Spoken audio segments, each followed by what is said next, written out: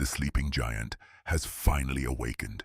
A few months ago, if you asked fans which teams had the best chance of winning the 2026 World Cup, the answers would likely be almost always the same: France, Argentina, Spain, and maybe England. Brazil would also be mentioned, of course, but almost out of obligation. After all, we're talking about Brazil. 5 World Cups, a gigantic history in football, and some of the most talented players on the planet. But for the first time in many years, Brazil was not arriving at the tournament as the team everyone feared most. That has changed. As the World Cup progressed, something began to become clear. Brazil wasn't just winning games. Brazil was sending a message that this is not the same team that fell apart under pressure in previous tournaments. It's no longer the team that dazzled for a few minutes, but then lost control of the match. And it's also no longer a team that depends solely on individual flashes of brilliance to solve its problems. The world of football has begun to realize something that didn't seem so obvious before the tournament. Brazil may have quietly become the most complete national team in international football. Today, the team is organized, disciplined, unpredictable, and perhaps most importantly, it's growing at the right time. That's why opponents no longer just respect Brazil. They hope not to face them.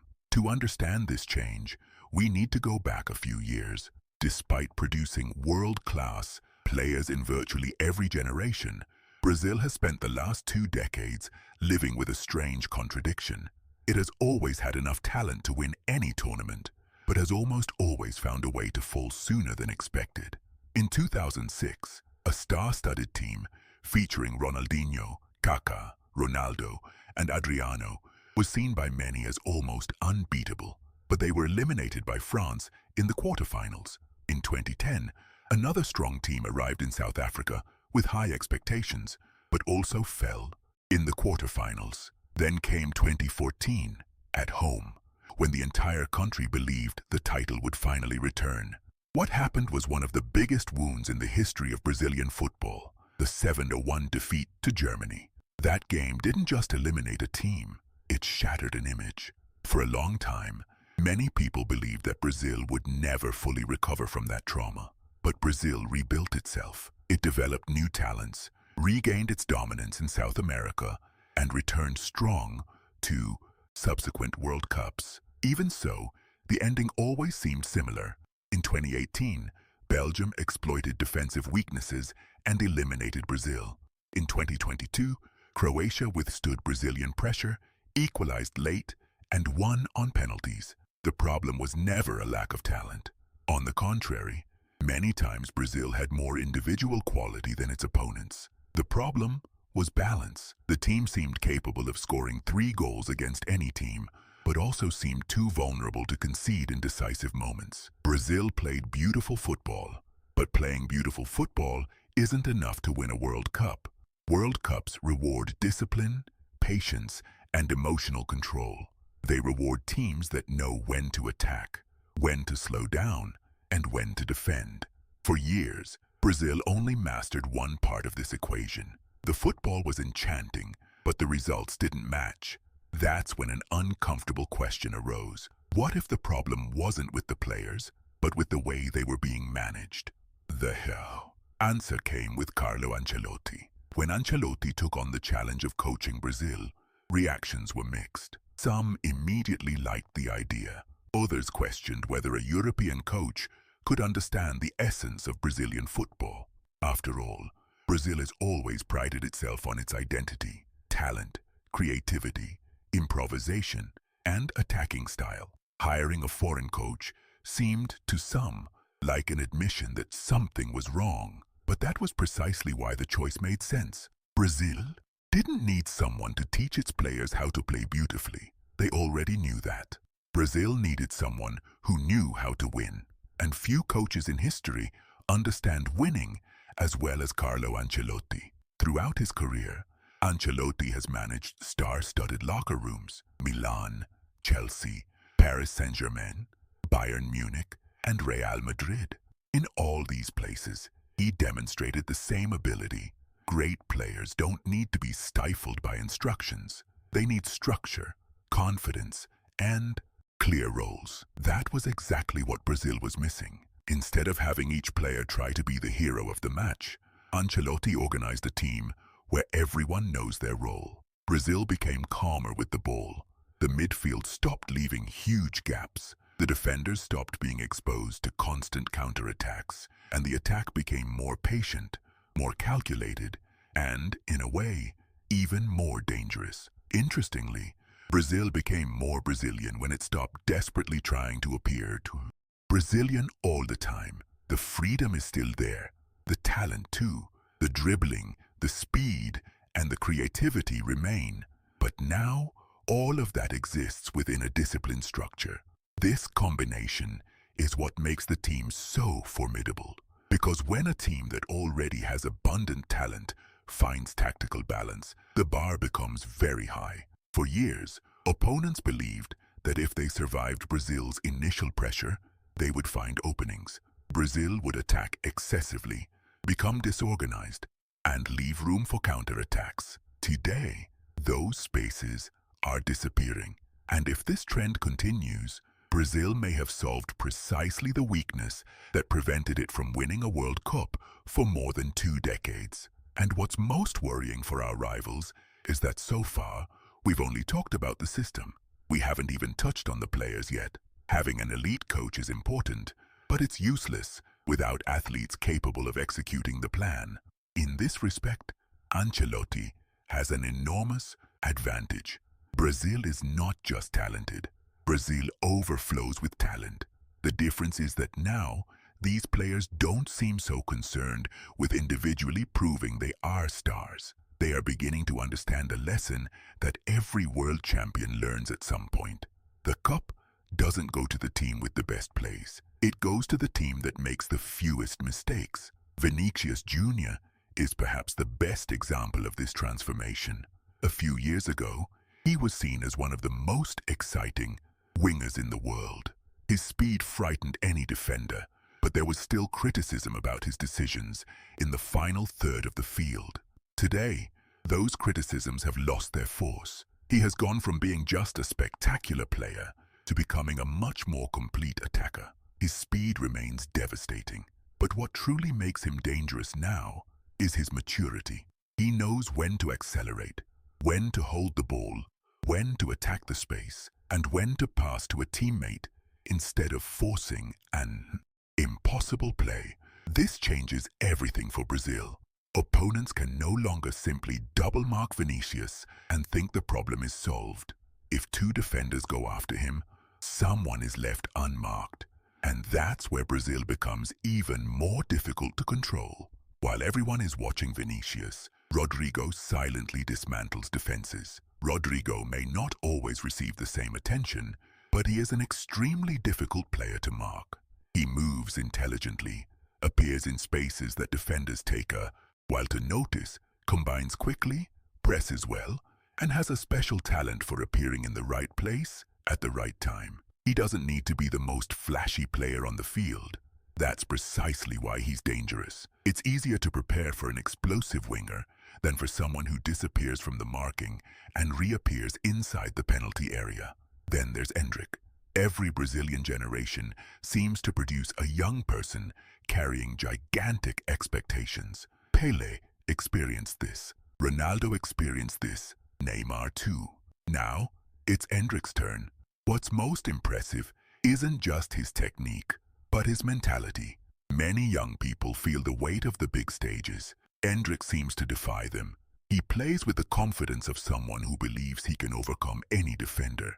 This boldness gives the Brazilian attack an unpredictable energy. Opponents never know if he's going to attempt a brilliant play, an unexpected finish, or something completely off script. And, as if that weren't enough, Ryan also started to attract attention. Before the tournament, many casual fans probably barely knew who he was. Now, the defenders certainly do. His direct play, acceleration, and courage in one-on-one situations offer Brazil yet another different weapon. Every World Cup tends to reveal a player who emerges onto the world stage. Ryan has everything it takes to be that name in Brazil. And when a team already brimming with talent discovers a new offensive threat, the opponents, preparation becomes much more complicated. But the great advantage of this Brazilian team isn't just in its attack. Brazil has always had elite strikers. That's nothing new. The real change lies behind them. For years, the Brazilian midfield seemed disconnected. The forwards pushed forward, the fullbacks went up, and the defensive system was left exposed. Opponents didn't need to dominate possession. A well-executed counterattack was enough. Today, this happens less frequently. When Brazil loses possession, the team doesn't panic. Each player knows where they need to be. The midfield closes down spaces, the defensive line maintains organization, and the team doesn't chase the ball emotionally. Instead, it directs the opponent to less dangerous areas. This may seem less brilliant than a dribble or a beautiful goal, but it's this kind of discipline that wins World Cups. Just look at the recent champions. France wasn't irresponsible. Argentina defended collectively.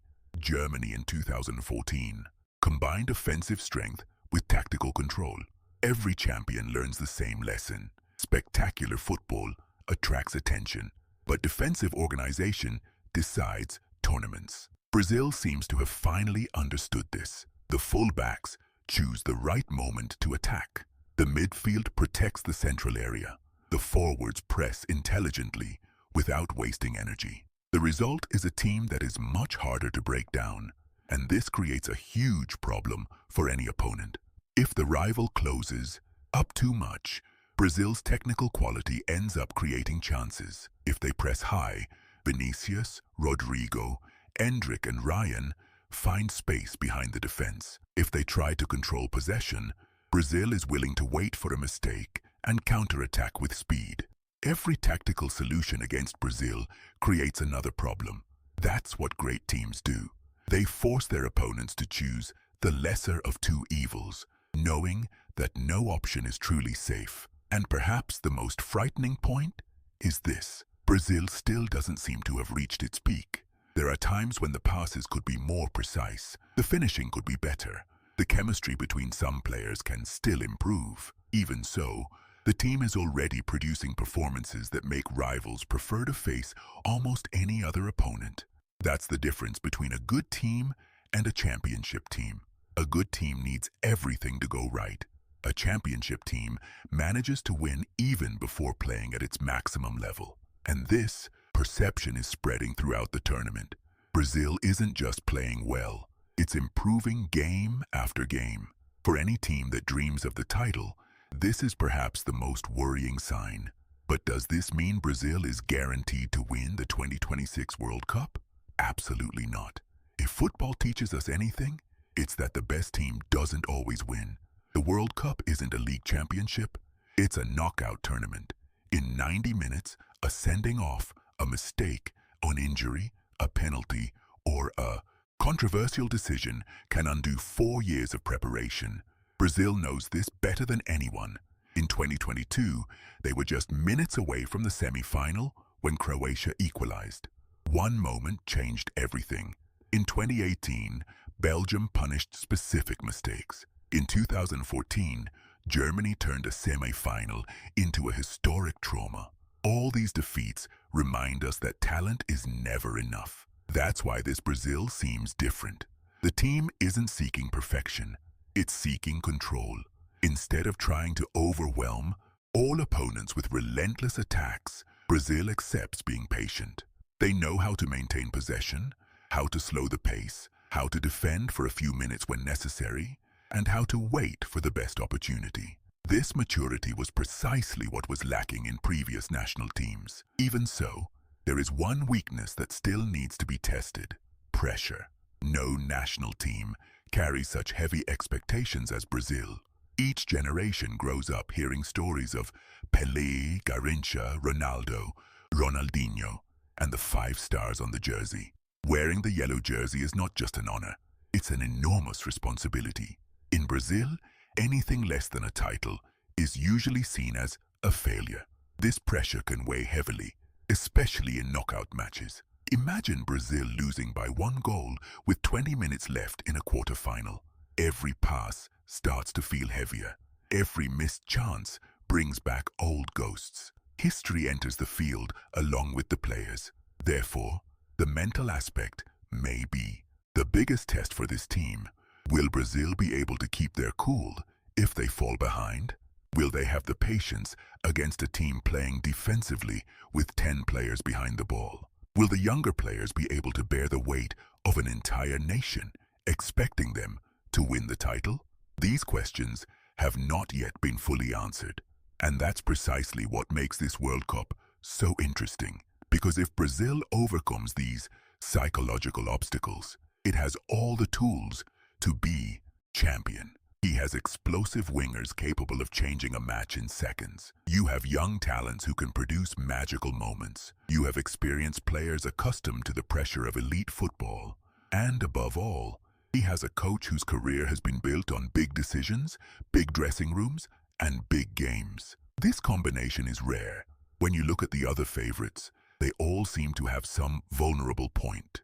France has enormous quality, but sometimes relies too much on individual actions. England has depth in its squad, but still struggles with doubts in high-pressure games. Argentina has experience and a winning mentality, but time takes its toll on any generation. Spain dominates possession like few others, but having the ball doesn't always solve the problem against teams strong on the counter-attack. Brazil, on the other hand, seems to have found a balance between all these characteristics. They can control possession, they can counter-attack, they can defend deeper, they can press high. Few teams feel comfortable in so many different scenarios. That's what makes the team unpredictable. And unpredictability is one of a champion's greatest weapons. The teams that won World Cups in modern football didn't rely on just one style of play. They adapted. They found different solutions for different opponents. They understood that surviving a tournament requires flexibility, not just talent. Brazil finally seems capable of doing this. Perhaps that's why rival fans have changed the way they talk about the national team. At the beginning of the tournament, many saw Brazil as just another favorite. Now many people look at the draw and hope that another team will face Brazil first, because when Brazil starts to believe in itself, that confidence spreads. One victory becomes two, two become four. Suddenly, the yellow jersey once again carries an aura that few national teams in history have had. This aura comes from the past, but it is being reinforced by the present. For over 20 years, Brazil has sought the ideal balance between beauty and efficiency. There has never been a lack of skill. There has never been a lack of stars. What was lacking was a structure capable of transforming extraordinary talent into a complete team. This search may have come to an end. That's why the football world is paying attention. Not just because Brazil has brilliant players, not just because it wears the most famous jersey in football, not just because it has already won 5 World Cups. Opponents fear Brazil because, for the first time in a long time, it seems like a team without obvious weaknesses. Of course, football can always surprise you. An injury, a controversial refereeing decision, or a moment of brilliance from an opponent can change everything. That's the beauty and also the cruelty of the World Cup. But if Brazil continues playing with this level of discipline, confidence and tactical intelligence, there may not be a team in the tournament more prepared to lift the trophy. The road ahead won't be easy. It never is. Still, for the first time since the early 2000s, Brazil not only has the talent to dream of a 6th world title, it has identity, it has balance, it has conviction. And that's exactly why everyone is afraid of Brazil. If you enjoyed this analysis, leave your opinion in the comments. Is Brazil really the team to beat in this World Cup? Or is another country better prepared to lift the trophy? And before you leave, don't forget to subscribe to the channel, like this video, and share it with other football fans. This really helps the content reach more people. See you in the next video.